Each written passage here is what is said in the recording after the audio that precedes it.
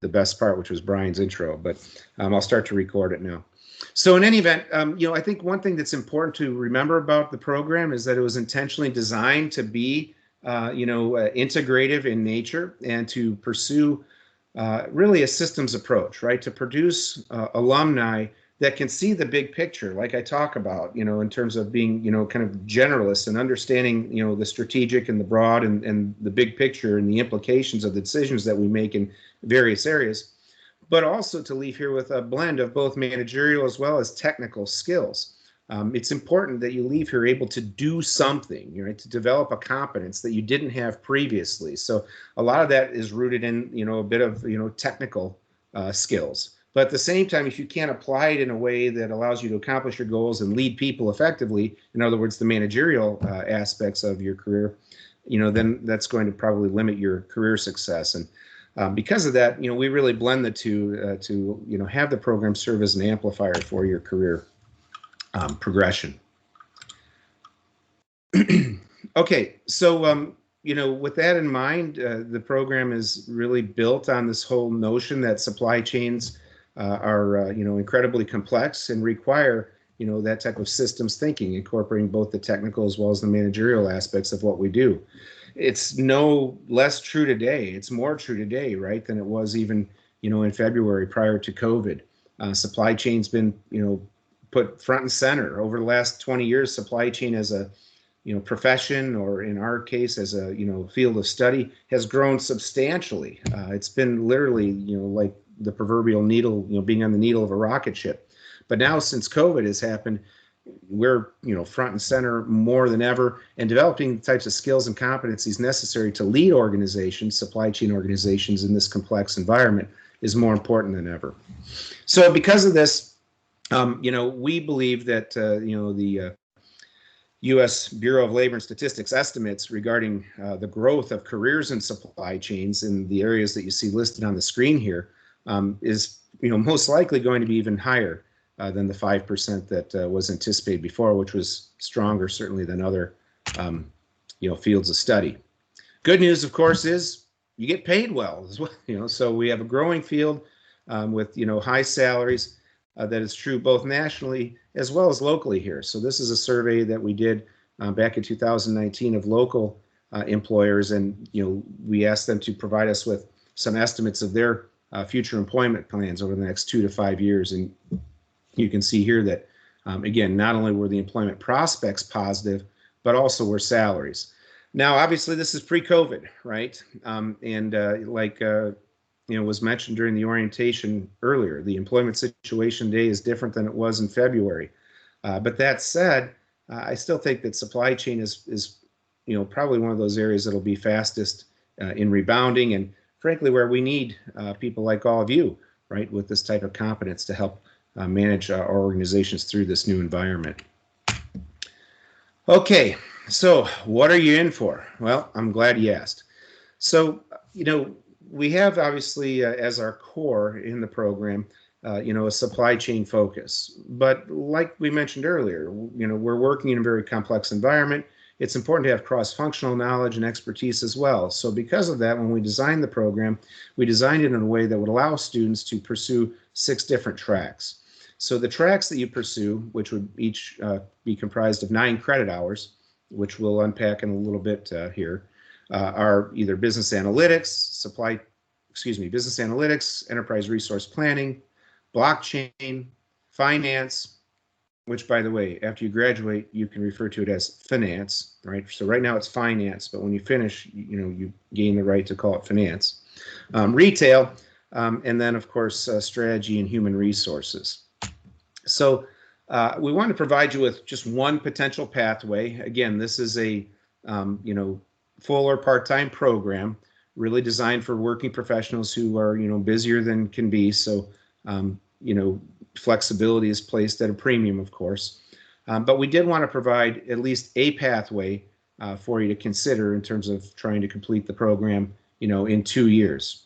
So this is what one may look like. In the first fall semester, of course, all of you, I believe, are taking the Intro to Supply Chain course with me. And then many of you are taking the supply chain strategy course with Professor Thomas, or the business analytics course with Professor Wang. So really, either of those approaches, I think, is a nice starting point. The first year, as you see, as you move into the spring semester, again, taking the 560V, which is creating value in the supply chain, is a course with me. It deals really with three concepts: project management, process improvement, and then frameworks for how we create value in the supply chain. And then finally, the fourth course there, supply chain management and global business, which is with Remco van Hoek. Professor van Hoek is, has fantastic experience in global procurement. This first year, we think, is an excellent start because it gives you a really solid kind of grounding in supply chain.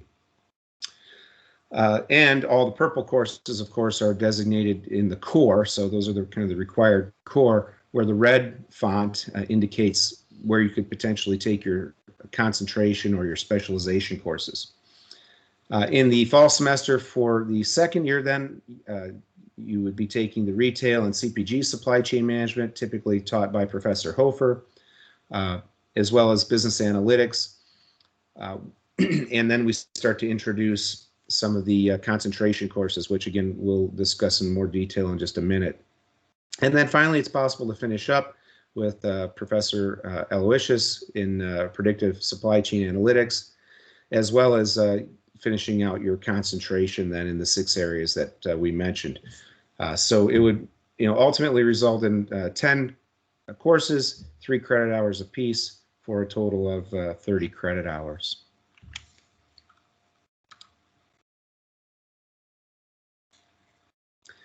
Okay, great. Just checking for questions, don't see any. So what does this look like? So if you think about the degree requirements now, there are 7 courses that are considered to be in the core. These are primarily supply chain courses. So like we mentioned, you start out with the 5633 Intro to Supply Chain course, the Retail and CPG Supply Chain course with Professor Hofer, Predictive Analytics, the Global Business Supply Chain Management course, my Value Creation course, and then Business Analytics, right? So this would be 6 courses. Now you might be asking yourself, well, wait a second, what about this strategy course with Dr. Thomas? So that strategy course with Dr. Thomas will count for any of these courses in the core. So it does count towards your 21 credit hour requirement in the core.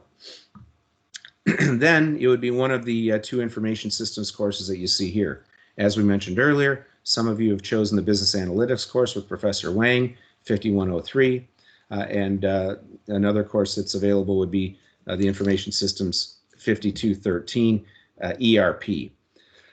Now, as we start to delve into the concentrations, you'll see why it may be important for some of you to take the 5103 course as we move forward for analytics here. So as we move into the concentrations now, the first concentration, business analytics, you see has as a requirement this 5103. It doesn't, it's not double counted per se, so it exists in the core, but then you would need to take this course in order to take the other 5503, 5843, and 5833, dealing with decision support and analytics, data mining, and data management systems. Another option for you within kind of the information systems domain would be the enterprise resource planning, or the ERP track. Again, here you would see the 5103. Now you would also take the 5213, the ERP fundamentals that you saw as an option in the core, as well as ERP configuration and implementation and ERP development. You'll see here that I have listed the semesters that those courses are typically offered, which again fits into that sample matriculation that I showed you a few minutes ago.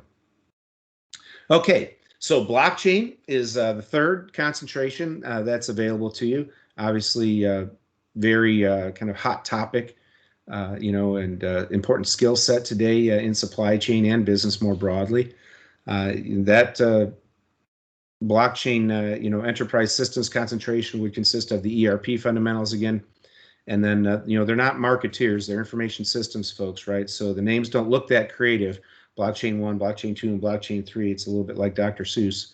But, obviously these are courses that, we can provide you with the course descriptions, and they provide a bit more kind of advanced, skill development in those areas. Then finally, the next concentration is retail. We anticipate this will be a very popular, concentration again in this region, retail and CPG.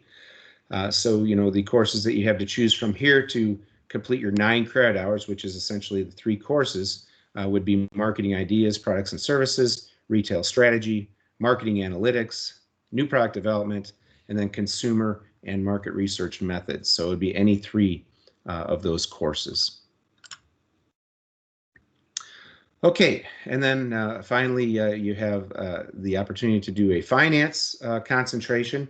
This would be 9 credit hours completed as follows. 2 required courses, the 5223, which is financial markets and valuation, and 5303, the advanced corporate financial management, as well as one of the following 4 courses that you see there. Investment theory and management, energy finance, accounting and analysis, and managerial econ. The final concentration is strategy and human resources. So this obviously addresses the leadership and managerial aspects of your positions in supply chain. So this would consist of any 3 of the following courses: business leadership and ethics, strategic management, organizational rewards and compensation, and organizational change and development. Okay, any questions at this point? Hearing none, we will move on. I have a quick question. Great. And we can I can take this offline if, and I'm asking maybe some of the, the rest of the folks have the same, but besides the intro to supply chain, I remember you and I exchanged emails about the supply strategy. But looking at this now, is it too late to change from supply strategy into 5103? I'm happy to look into that for you. I can't say for certain because I don't necessarily control that decision, but I'm happy to check it out for you, and I'd say there's a good chance. Okay, all right. I'll send you an email just to, because I think that not after seeing this account aligns more with the concentration that I'm going into. So okay. I don't want to kind of go into much into it. All right, sorry, I didn't want to interrupt. Yeah, no problem. Please interrupt. We love to, and this is, I think, a good thing to remember even moving forward into the semester, into our COVID environment here. Please feel free to ask questions along the way. We'd love to hear from you. So great. I'll be happy to look into that for you, Javier. So okay, so what are the 3 courses available this semester? What's next? So the first course that everyone's taking again is my Intro to Supply Chain Management course. This is what we call kind of a survey course at the graduate level. We cover important topics in supply chain involving starting the course out by talking about supply chain strategy options and how that lays the groundwork for all the decisions that you make relative to forecasting, inventory policy, sales and operations planning approaches, and as well as then finding ways to improve the organization and the supply chain through process improvement, project management approaches. And then we'll also cover some contemporary topics like omni-channel I normally talk about in the last couple of years. But this semester, we'll be talking about, of course, the effects of COVID on supply chains. And very excited that Dave Myers, the Chief Procurement Officer from Owens & Minor, has agreed to do a talk for us as well. That, most likely, of course, will be virtual. But I think it's a great opportunity to hear from some folks that are dealing with COVID and disruptions on a daily basis in supply chain.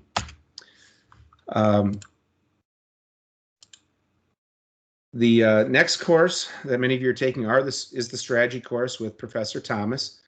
The strategy course is really, I think, an excellent course. Dr. Thomas is very passionate about strategy. He has prepared some excellent videos that I've watched that are really well done, very strong content. He starts the course out talking about business strategy at a high level. So for those of you who may, remember Michael Porter, he'll talk a little bit about kind of grand and generic business strategies and the whole idea of core competencies and how, strategies kind of evolve out of that, before moving into then, of course, the functional area strategy of supply chain and your, strategy options as a supply chain leader. He'll also touch on some key issues regarding, the implementation of supply chain strategies, how it in fact impacts your decision making, resource allocations, and so forth. So really excited about this course. This course is delivered online. I know that he emailed you the other day, so there will be some, well, I'm not sure which platform he's using, but maybe Zoom or Teams sessions, with you all. So a very flexible course, and I think you'll find that Dr. Thomas is incredibly personable, and a pleasure to spend the semester with.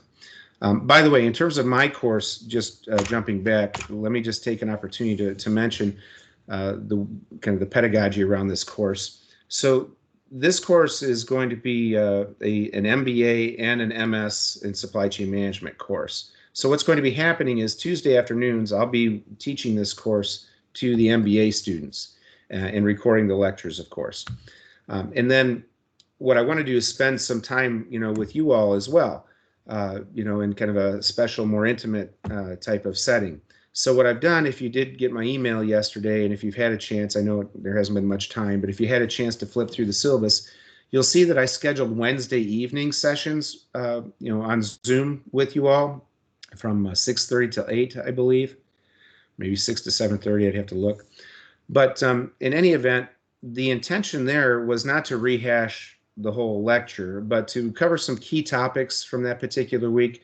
And most importantly, spend time addressing these issues, from, your perspective, concerns that you have and so forth. The reason I selected Wednesday night is because if you are in the Information Systems 5103 class with Professor Wang, then I know that she does Thursday evening sessions. So, I know that Wednesday night doesn't give you a lot of time to watch that video that's, done on Tuesday, but we're kind of running out of nights. I'm happy to speak with you all. We will obviously have a meeting next Wednesday at 6 p.m. on Zoom. I'll be providing you with the links for that. If you all decide in that class that, Wednesday night's not a good night for you, it's not enough time, then perhaps we can either move it to Thursday night prior to Professor Wang's session. I think her session might go from 7 till 8, so maybe we could do it prior to that. Or, you may want to bump it all the way to a Monday night. If you'd rather do Monday nights, I'm happy to do Monday nights with you as well. But, we'll figure that out. Regardless, please know that, I'm happy to schedule an impromptu Zoom session with you at any time. I provide my phone number. You're welcome to call or text. I'm happy to talk with you. Another key element of this course is an online supply chain simulation that we'll be doing the second half of the semester called the Fresh Connection. So, we'll be spending a lot of time also kind of talking about the decisions that you made in the simulation and how it impacted performance. So I think those sessions will actually be very valuable, particularly the second half of the semester. Okay, and then the third option this semester is the Data Analytics Fundamentals course with Professor Wang. She is fantastic. We both share an interest and some expertise in healthcare.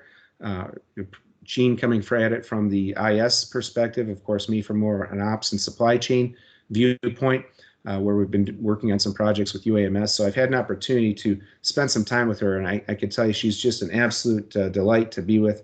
I'm sure that you'll enjoy her very much. Her class will be following the EMBA format, where you'll have 3 kind of virtual sessions or weeks, and then there will be a planned face-to-face session. Again, of course, this is all COVID contingent. Her sessions again on Thursday evenings, where I know she makes herself available to answer questions that you have. The course does cover some technical skills, some programming related skills.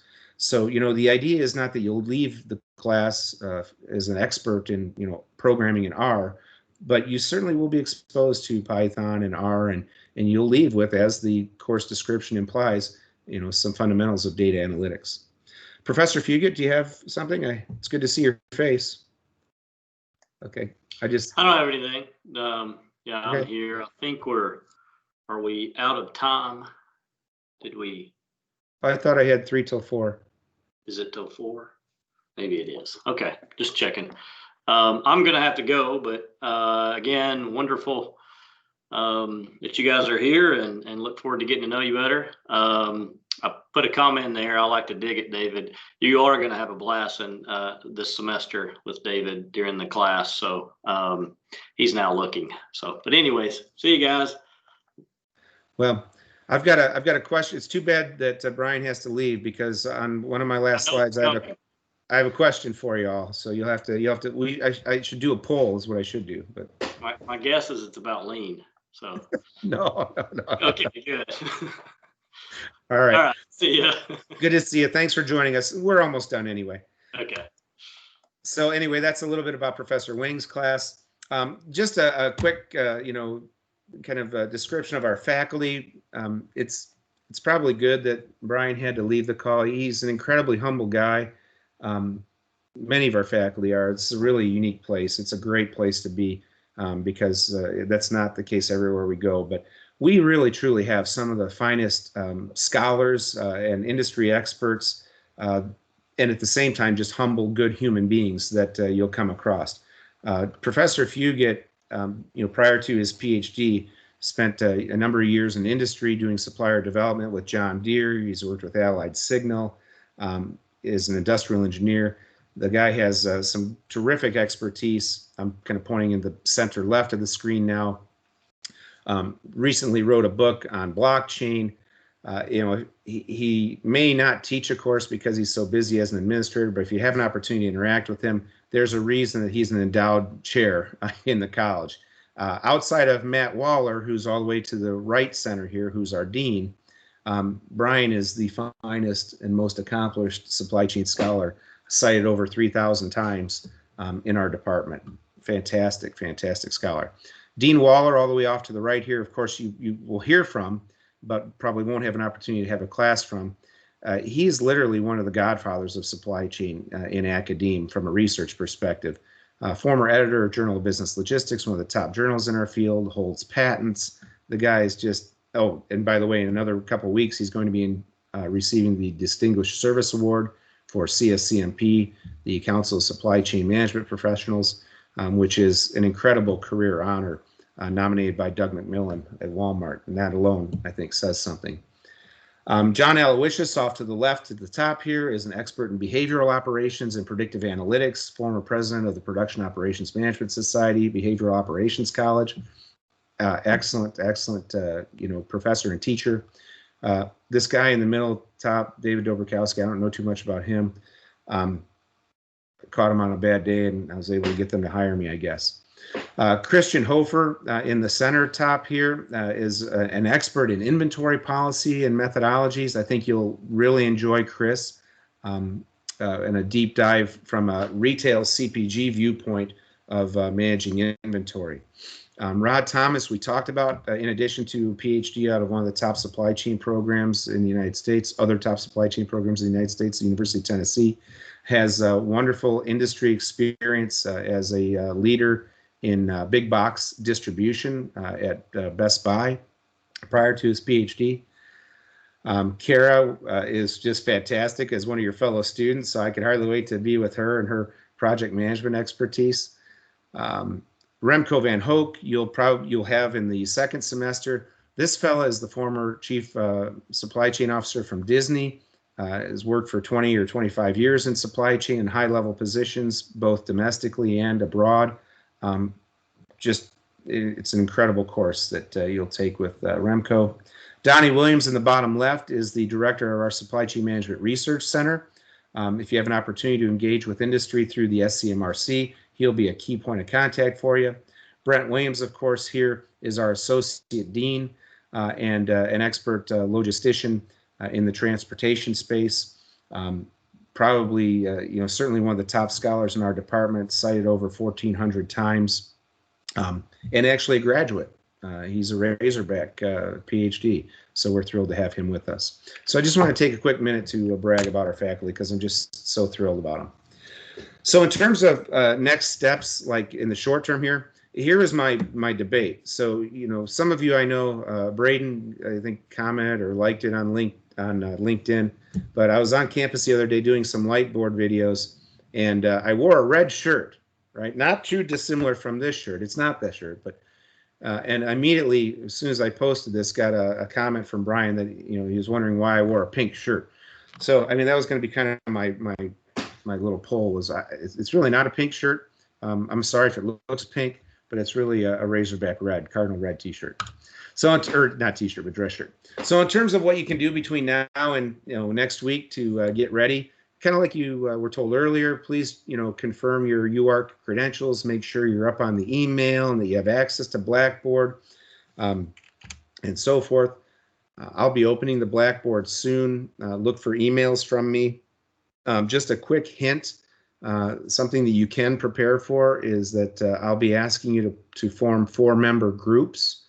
And these groups are going to be pretty important because we'll use them both for your simulation with the Fresh Connection following the midterm exam, but also throughout the course of the semester, we're going to be working on mini cases and problems. And what I'm going to do is attempt to set up Zoom groups. So, there are 13 of us. We'll probably have 3 Zoom groups where even, sometimes during our Wednesday night sessions, perhaps you might have breakout groups where the 4 of you can get together. So if between now and Wednesday you can start thinking about groups, I'd appreciate that very much. And then just, be familiar, of course, with Zoom. You probably use it every day at work. Be certain your tech's ready, your wireless connections and so forth are good. Look for, communications from your faculty. I know I emailed you yesterday. Rod emailed you, I think, in the morning. This is going to be a dynamic semester for sure. So, watch for our communications and get some rest, right? Get ready. It's going to be an exciting semester. And I can hardly wait to see you next week. So are there any questions that I can help you with? Was this a useful session? Is everybody sleeping?